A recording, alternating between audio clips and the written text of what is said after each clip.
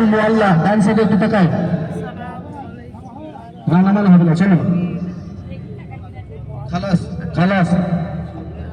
এই দেখেন মসজিদে জিন, মসজিদে জিন একটু তাকাই, ডান সাইডে যে মসজিদ দেখতে পাচ্ছেন এইটা হচ্ছে মসজিদে জিন, এইটা হচ্ছে মসজিদে জিন, ছোট্ট মসজিদ। এইখানে আল্লাহ রাসূল সাল্লাল্লাহু আলাইহি সাল্লাম জিনদেরকে দিনে দাওয়াত দিতেন। এবার ডান সাইডে বাম সাইডে দেখবেন, ডান সাইডে মসজিদে নামিরা, মসজিদে সাজারা, বাম সাইডে দুই সাইডে দুটো মসজিদ, একবারে রাস্তার পার ওপার, মসজিদে নামিরা, মসজিদে সাজারা।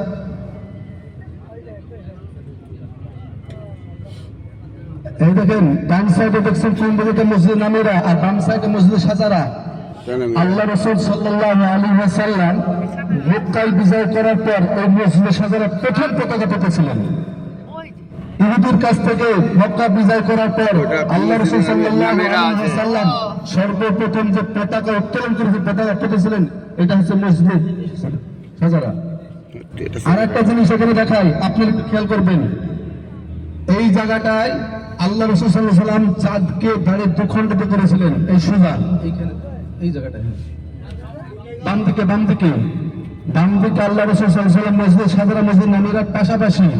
এই যে ওইখানে লেখা আছে দেখেন উযকুরুল্লাহ, একটা বাম সাইডে লেখা আছে, একটা জায়গায় দেখবেন ওই জায়গাটায় দাঁড়িয়ে বাম সাইডে আল্লাহ রাসূল সাল্লাল্লাহু আলাইহি ওয়াসাল্লাম চাঁদকে দুখণ্ডিত করেছিলেন ইশারার দ্বারাই, বাম সাইডে। আর এখান থেকে আজিজিয়া নয় শুরু, নাকি স্যার আজিজিয়া শুরু এখান থেকে।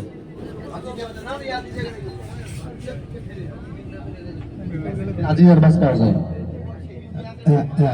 এখানে হজের সময় আজিজিয়া যে সব ট্রাভেলস আসে না, সে সমস্ত ট্রাভেলস এর বাস এখানে পাওয়া যায়, আজিজিয়া।